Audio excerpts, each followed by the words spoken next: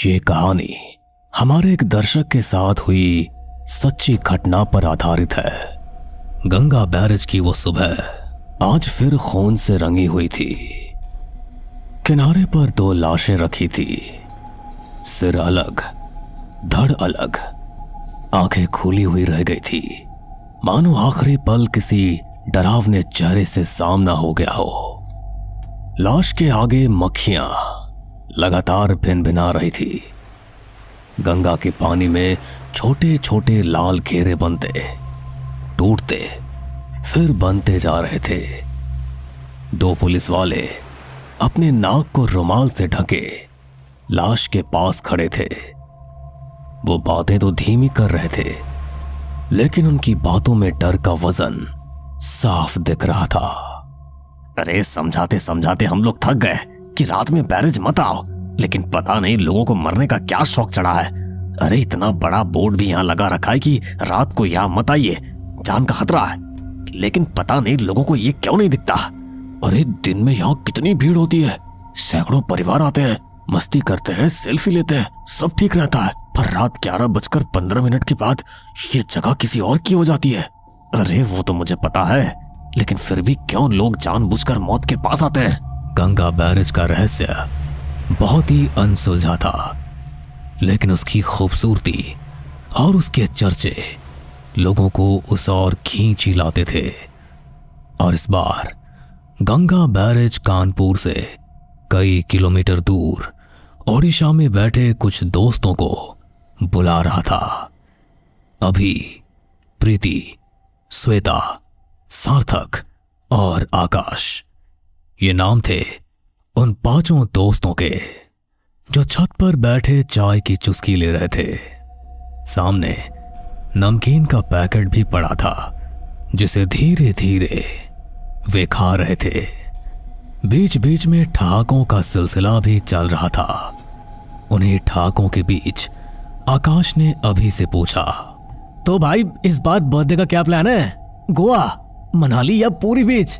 अरे इनमें से कहीं भी नहीं। अरे क्यों भाई, बर्थडे पार्टी नहीं देनी है क्या? अरे इस बार 21 का हो जाएगा तू, पार्टी तो भयंकर होनी चाहिए, ऑल नाइट होनी चाहिए। क्यों दोस्तों, इस बार पार्टी कानपुर में करेंगे, मस्त वाली और बिग वाली। कानपुर? हाँ यार, मेरे दादा दादी वहीं रहते हैं, कई साल हो गए उनसे मिले हुए, वो हमेशा मुझे बुलाते हैं। तुम लोगों को तो पता है ना, जब मैं 12 साल का था तभी पापा का यहाँ ट्रांसफर हो गया और हम सब ओडिशा चले आए। पापा ने कितना कहा दादा और दादी को कि हमारे साथ चलिए, लेकिन उन्हें तो वही मन लगता है, तो वो आए ही नहीं। कानपुर का आइडिया मस्त है यार, हम सब लोग नई जगह घूम भी लेंगे, तुम्हारे दादा दादी से भी मिल लेंगे और रोड ट्रिप भी हो जाएगी। और कानपुर की टिक्की चाट पहले दिन ही खाएंगे। मैंने एक रील्स में देखा था, बहुत ही टेम्पटिंग था यार वो। अरे देख ले बुक्कड़ को। वही मार्केट भी घूमेंगे, टाइम अच्छा गुजरेगा। दिन तय हो गया और फिर पांचों दोस्त निकल पड़े कानपुर की ओर। लंबी ड्राइव के बाद दोस्तों की टोली कानपुर पहुंची। घर के दरवाजे पर ही दादा और दादी टकटकी लगाए उनका इंतजार कर रहे थे, और जैसे ही पांचों वहां पहुंचे उनकी आंखें भर आई। उन्होंने सारे दोस्तों को गले से लगा लिया। इतना अपनापन, इतना प्यार देखकर रास्ते की सारी थकान दूर हो गई। 3-4 दिन उन्होंने पूरा शहर घूमा, हर एक नई चीज ट्राई की। इतनी सारी फोटो और सेल्फी सबने ली कि उनकी मोबाइल की गैलरी भरने लगी। हर दिन जब सारे दोस्त घूम कर आते, उसके बाद छत पर इनकी मंडली बैठती दादा और दादी के साथ, और शुरू होता किस्सों और कहानियों का सिलसिला। एक शाम की बात है, सभी लोग छत पर बैठे थे। दादी पास ही बैठी भुट्टा सेंक रही थी। तभी अभी ने दादी से कहा, दादी कल गंगा बैरेज चलते हैं ना, सब बोल रहे हैं वहां का व्यू बहुत अच्छा है। गंगा बैरेज का नाम सुनकर दादी के चेहरे का रंग उड़ गया, उनके होंठ डर से कांपने लगे। गंगा बैराज? अरे नहीं नहीं, वहां मत जाना, बिल्कुल मत जाना। क्यों दादी, हजारों लोग तो जाते हैं, प्लीज हमें मना मत करो ना, फिर न जाने कब आना होगा यहाँ। अभी ने दादी से यह बात इतने इमोशनल ढंग से कही कि दादी ने कहा, दिन में जाना हो तो जाओ, घूम लो, फोटो खींच लो, चाय पी लो, लेकिन याद रखना रात 11:15 के बाद इस जगह का नाम भी मत लेना, क्योंकि उस वक्त की हवा इंसानों की नहीं होती, वो किसी और की सांस होती है। उस वक्त जो आवाज उठती है वो सिर्फ सुनाई नहीं देती, वो तुम्हें अपनी ओर खींचती है। वो पुकार नहीं होती, वो पकड़ होती है। याद रखना, ये चेतावनी है। कहानी समझकर हंसोगे तो लौट नहीं पाओगे। ठीक है दादी, रात को कोई नहीं जाएगा। हाँ, सुबह ही चलेंगे। हाँ पक्का। दादी की बात को सबने सिर हिलाकर मान तो लिया, लेकिन सभी के जहन में एक ही सवाल चल रहा था कि आखिर क्या है गंगा बैरेज में? क्यों लोगों को रात के वक्त वहां जाने से मना किया जाता है? उसी रात की बात है। रात के 10 बज रहे थे। दादा और दादी तो गहरी नींद में जा चुके थे, लेकिन अभी की आंखों से नींद कोसों दूर थी। उसके सारे दोस्त भी जगे ही हुए थे। गाइस, छोटा सा नाइट ड्राइव करें, गंगा बैरेज के पास से होकर बस 20 मिनट का राउंड लगा लें। कोई कार से नीचे भी नहीं उतरेगा। ओए नहीं, पागल है क्या? दादी ने मना किया है ना। रात की हवा में ड्राइव का मजा ही अलग है। बैरेज के पास से निकलेंगे और वापस। चलो ना यार प्रीति, कुछ एडवेंचर हो जाएगा। अरे यही वक्त है, सड़कें खाली है।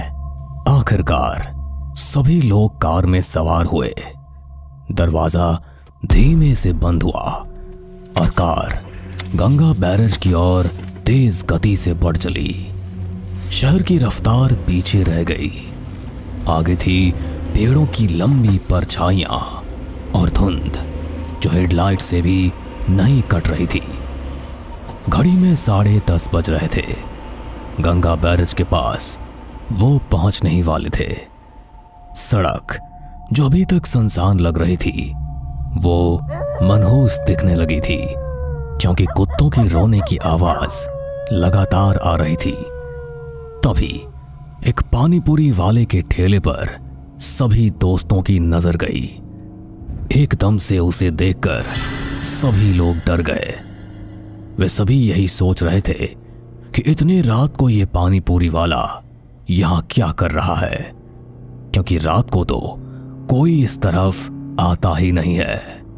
लैंप की हल्की पीली रोशनी में उसका चेहरा साफ दिख रहा था।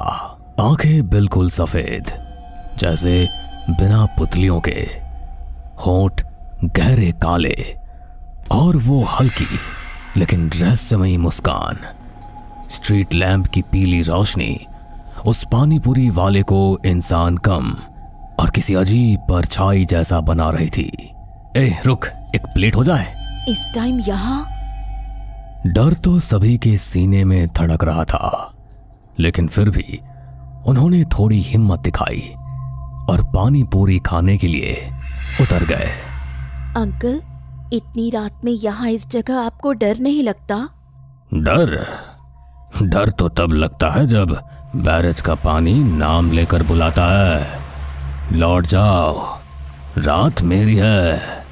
भैया, आप एक हॉरर पॉडकास्ट क्यों नहीं करते? मस्त व्यूज आएंगे आपके पॉडकास्ट पर। अभी ने ये बात हंसते हुए कही और फिर पानीपुरी वाले की ओर देखते हुए बोला, भैया एकदम तीखा बनाना पानी पूरी, ताकि आंखों में पानी आ जाए। और हाँ, थोड़े बड़े साइज के गोलगप्पे देना। और मेरे लिए गोलगप्पे छोटे कर देना। 2-3 दोस्तों ने जल्दी जल्दी पानी पूरी मुंह में डाल ली।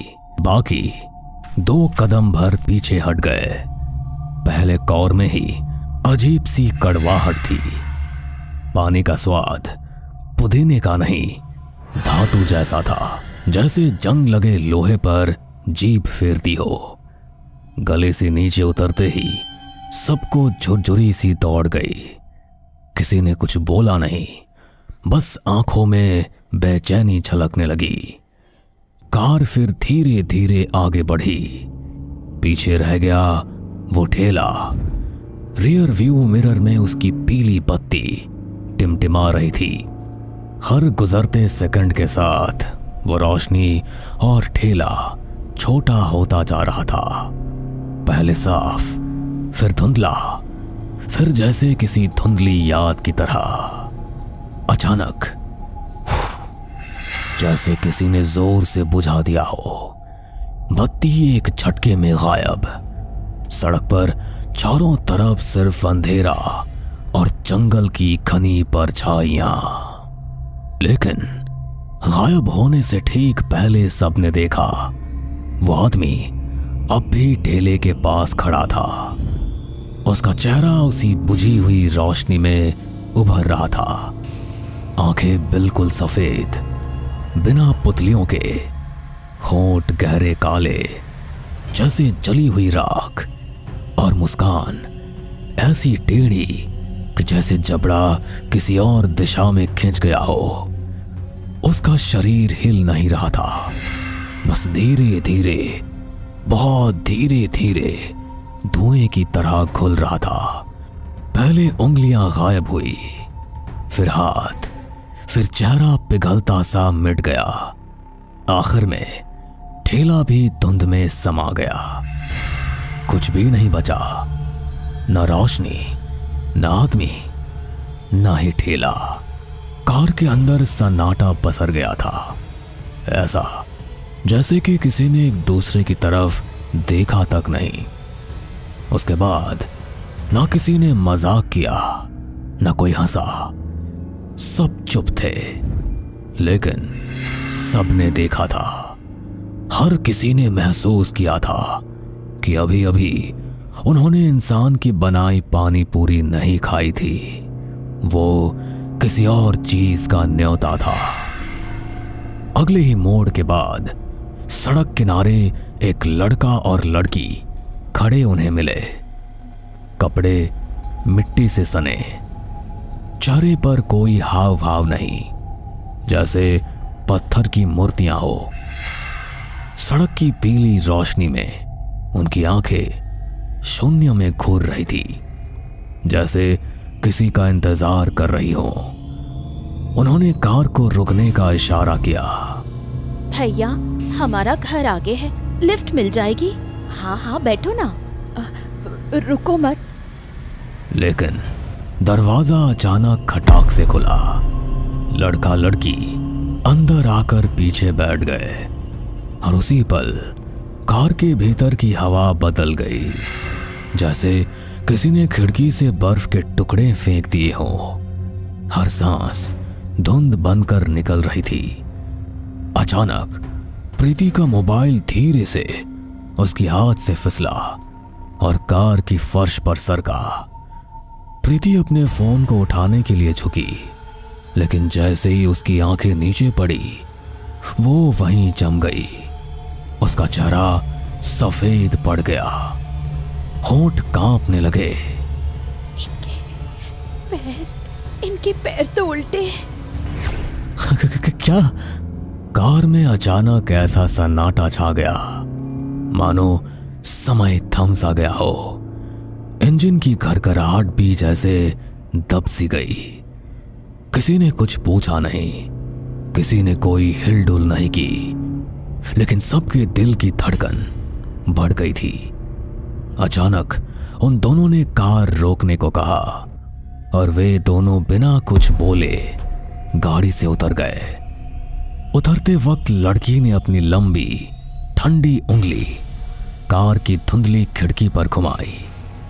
एक सीधी रेखा नहीं, बल्कि उल्टी दिशा में, जैसे किसी बंद रास्ते का इशारा हो। और फिर झुककर उसने बहुत धीरे से कहा, आज रात कोई घर नहीं पहुंचेगा। उसके होंठ हिले, लेकिन आवाज सभी के कानों में गूंजने लगी। कार का इंजन कांपते हुए फिर से चल पड़ा। सड़क अब सीधी बैरेज की ओर जाती थी। पहले पानी की आवाज सिर्फ साथ चल रही थी, अब सामने से आ रही थी। वो आवाज लहरों की नहीं थी, वो भारी, घुटी हुई, थकी सांसों जैसी थी। बीच बीच में जैसे कोई गला फाड़ कर करा रहा हो। भाई जरा सा गाड़ी रोको ना, मुझे हल्का होना है। मैं साथ चलूं? हाँ चल। दोनों झाड़ियों के बीच गायब हो गए। घड़ी की टिक टिक कान में तीर जैसी लगने लगी। 5 मिनट, 8 मिनट, 14 मिनट, हर सेकंड जैसे खून सोख रहा हो। तभी झाड़ियों से सरसराहट हुई। सार्थक वापस आया, लेकिन उसकी चाल अजीब थी। कदम भारी, जैसे घिसट रहे हों। चेहरे पर मुस्कान थी, लेकिन जबड़ा टेढ़ा सा लगा। होठों के किनारे काला धब्बा फैल गया था। अभी उधर है, अमरूद तोड़ रहा है, कह रहा है बहुत मीठा है। ये क्या कह रहा है तू? पागल हो गया है क्या? तुझे पता नहीं अभी को अमरूद से एलर्जी है, और मीठा तो उसे बिल्कुल पसंद नहीं है। अचानक सार्थक का चेहरा पिघलने लगा। उसकी स्किन जैसे भीतर से खिसक रही थी। आंखों में खून के धागे फैल रहे थे। होंठ फटकर काले हो रहे थे। और फिर सार्थक का चेहरा उसी लड़के में बदल गया जो कुछ देर पहले उनकी कार से उतरा था। आंखों में काली गहराई, होठों पर सूखा खून, और चेहरा मानो खोपड़ी पर सिर्फ पतली खाल चढ़ी हो। अब मीठा सबको लगेगा। बैरेज रात को सबको बराबर कर देता है। कार के भीतर की हवा अचानक भारी हो गई, जैसे किसी ने सबके गले पर गीली पट्टी बांध दी हो। इसी बीच अंजलि ने अपने गले में पहनी रुद्राक्ष की माला उतारी और उसे अपने हाथ में ले लिया। अभी कहाँ है? अंजलि के हाथों की रुद्राक्ष माला को देखकर पता नहीं उस लड़के को क्या हुआ। लड़के की मुस्कान कान तक खिंच गई। चेहरा फटता सा दिखा। दांत बाहर निकले, काले और टेढ़े। उसने झाड़ियों की ओर इशारा किया। झाड़ियों में अभी पड़ा था। चेहरा नीला, सांस धीमी, उंगलियां बर्फ जैसी ठंडी। दो लोगों ने बड़ी मुश्किल से उसे खींचकर कार में डाला, और तभी अचानक वो लड़की दिखी। वही लड़की जो इस लड़के के साथ थी। रेलिंग पर वो खड़ी थी। उसकी काली लटें हवा में बेतहाशा लहरा रही थी। आंखें लाल और गहरी, जैसे खून से भरी हों। चेहरा ऐसा जैसे पानी से निकला हो, लेकिन अब भी भीगा, टपकता।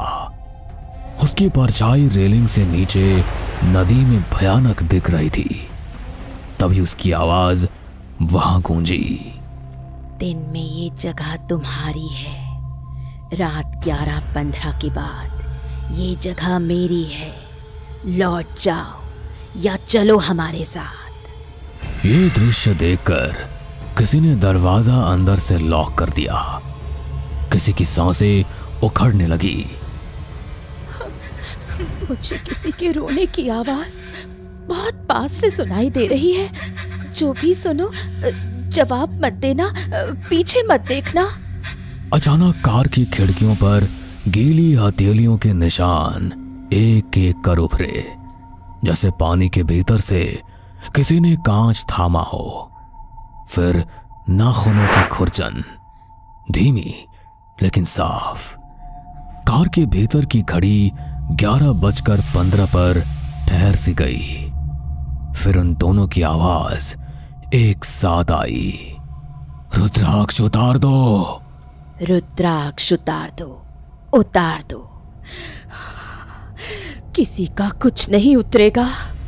बहुत देर के बाद इंजन ने जैसे दम भरा।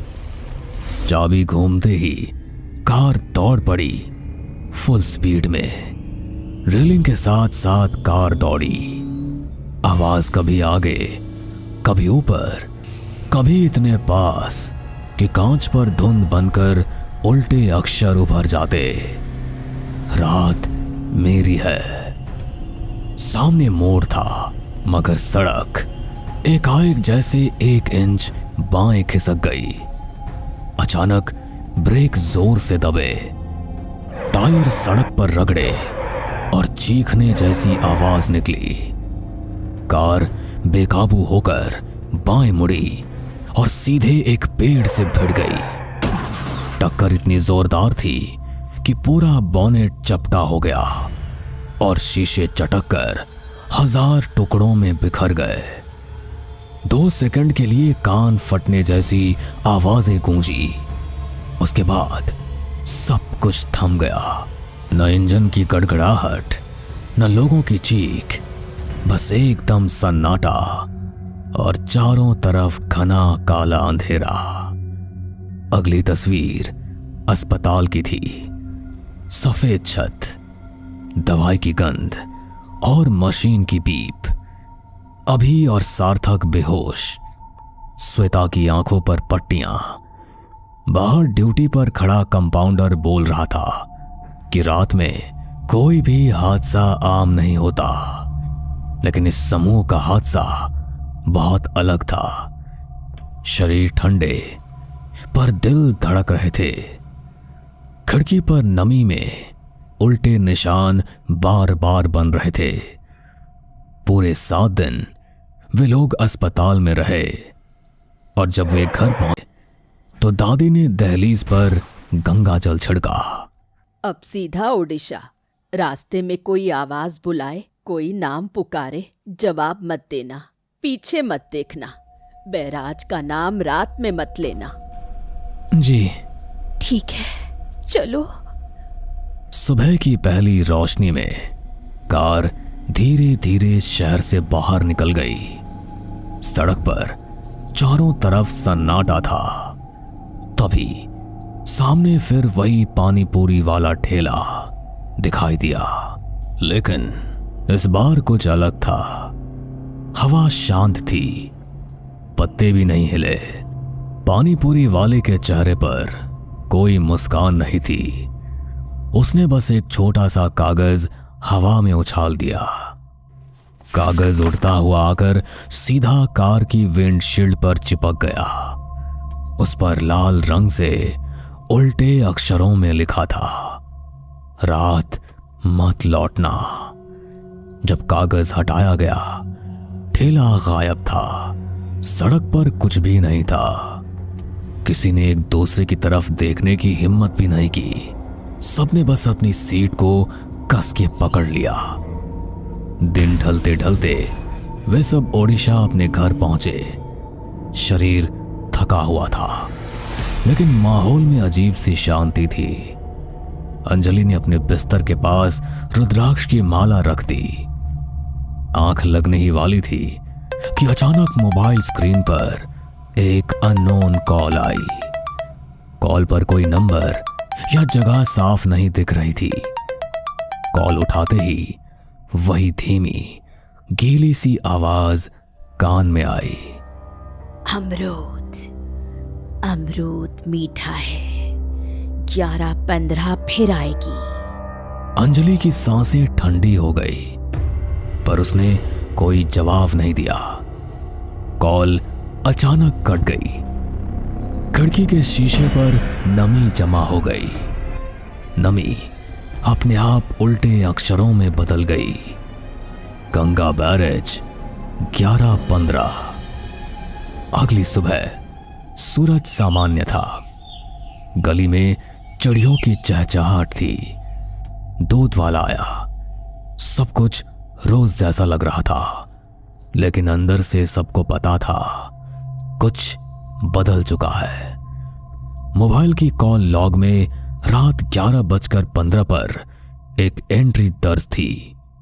लोकेशन कानपुर लिखा था, लेकिन नंबर नहीं दिखा। रुद्राक्ष की माला हथेली में गर्म जलते अंगारे जैसी महसूस हो रही थी। अभी की दादी ने सबको समझाया। उनकी आवाज धीमी थी, लेकिन साफ। कुछ जगह दिन में सबकी होती हैं, पर रात को किसी और की। दिन में जाओ, सम्मान से जाओ, रात में नाम भी मत लो, यही नियम है और यही बचाव है। दोस्तों, कहानी यहां खत्म नहीं होती। गंगा बैरेज दिन में बिल्कुल अलग दिखता है। धूप में चमकता हुआ, हवा चलती है, पुल की रेखाएं तस्वीर जैसी लगती है। लेकिन रात 11:15 के बाद वही पुल किसी और का नाम लिख देता है।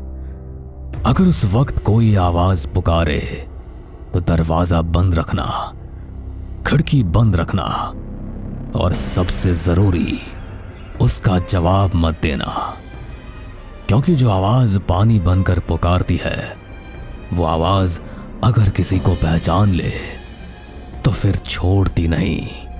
कई महीने बीत गए। दोस्त अब बैरेज का नाम रात में कभी नहीं लेते। कभी कभी अचानक हवा भारी हो जाती है, कभी खिड़की पर नमी की उल्टी लकीर अब भी बन जाती है, कभी दूर से पानी में किसी की कराहत सुनाई देती है। ऐसे हर पल में सब एक दूसरे को देखे बिना एक ही वाक्य याद कर लेते हैं, रात में बैरेज का नाम नहीं लेना। और यही इस कहानी का आखिरी पड़ाव है, क्योंकि डर कभी खत्म नहीं होता। डर बस एक नियम सिखा देता है। दिन में शहर मुस्कुराता है, पर रात में नदी अपने नियम पर चलती है। और अगर कभी किसी ने ये नियम तोड़ दिया तो 11:15 पर एक कॉल आएगा। फोन पर वही आवाज पूछेगी, अमरूद कैसा लगा? और अगर उस वक्त किसी ने जवाब दे दिया तो अगली सुबह गंगा के किनारे दो और नाम